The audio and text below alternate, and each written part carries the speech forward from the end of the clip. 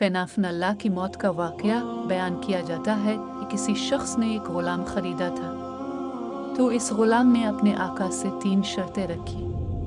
पहली शर्त ये रखी कि जब नमाज का वक्त आए तो आप मुझे ना रोकेंगे। दूसरी ये रखी कि आप मुझसे सिर्फ दिन में खिदमत ले सकेंगे, मगर रात को मुझ पर यह पाबंदी ना होगी। फिर तीसरी शर्त ये रखी कि मेरे रहने के लिए कोई ऐसा कमरा इनायत फरमाएंगे जो मेरा पसंदीदा हो और दूसरे शख्स को इसमें आने की इजाज़त ना होगी। चुनांचे आका ने ग़ुलाम की तीनों शर्तें मंजूर कर लें और ग़ुलाम को हुक्म दिया कि जाओ जाकर महल में अपनी पसंद का कमरा देख लो, जिसमें हर कमरा एक से एक बेहतर साजो सामान के साथ आरास्ता था।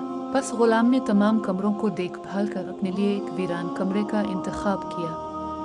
इस पर आका ने दरियाफ्त किया कि आखिर तुमने ये वीरान कमरा क्यों पसंद किया? कमरे तो और भी बहुत सारे हैं। अपने आका की ये बात सुनकर ग़ुलाम ने जवाब दिया कि मेरे आका, शायद आपको मालूम नहीं कि वीरान जगह अल्लाह ताला के ज़िक्र से आबाद हो जाती है। इसके बाद इस ग़ुलाम ने इसी वीरान कमरे में रात को रहना शुरू कर दिया और ये बात पहले ही तय की थी कि रात को ग़ुलाम आज़ाद रहेगा। जब ग़ुलाम को अपने पसंदीदा आज़ाद कमरे में रहते हुए कुछ अरसा गुजर गया, तो इसके आका ने एक दिन रात को बज़्म अहबाब मुनक़्क़द की और निस्फ़ शब के बाद जब दोस्त अहबाब रुख़सत हो गए, तो मालिक मकान चहल कदमी करता हुआ ग़ुलाम के कमरे की जानिब जा निकला।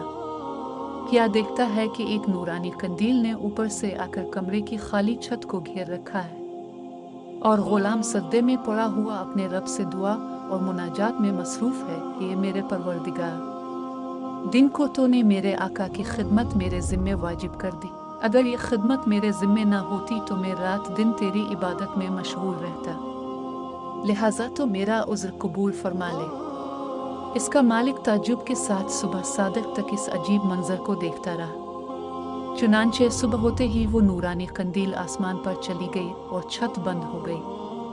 मालिक ने अपनी बीवी से इसका तज़किरा किया और दूसरे रोज़ वो मालिक और उसकी बीवी दोनों इस मंजर को देखने गए, तो इस शब में भी बिल्कुल वही मंजर देखा जो पहली शब में मालिक देख चुका था। सुबह इन दोनों ने ग़ुलाम को बुलाकर कहा, तो अल्लाह के वास्ते आज़ाद है, ताकि अपनी ख्वाहिश के मुताबिक रात दिन अल्लाह ताला की इबादत में मशगूल रह सके, जिससे तो माज़रत करता रहता है। इसी के साथ इसके मालिक और उसकी बीवी ने ग़ुलाम से इसकी उन करामतों का जिक्र किया जो रात को वो दोनों देख चुके थे, बस अब किया था। जब ग़ुलाम को मालूम हुआ कि उन पर इसका पर्दा फाश हो चुका है, तो इसने इसी वक्त दरबार इलाही में हाथ उठाकर दुआ की। ए मेरे परवरदिगार, मैंने तुझसे दुआ की थी कि मेरा राज किसी पर न खोलियो, मगर अब जबकि मेरा भेद दूसरों पर जाहिर हो गया है, जिसको मैं मख्फी रखना चाहता था, तो मुझको अपने पास बुला ले।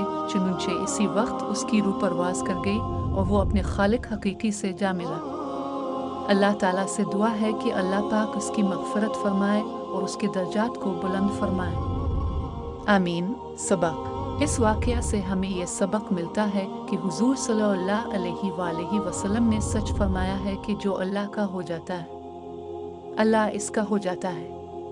देखिए इस आलम फनाफी अल्लाह की दुआ किस तरह हाथों हाथ दर्जा कबूलियत को पहुँच गई। अल्लाह ताला हमें भी इस वाक़या से सबक हासिल करने की तौफ़ीक़ अता फ़रमाए। आमीन।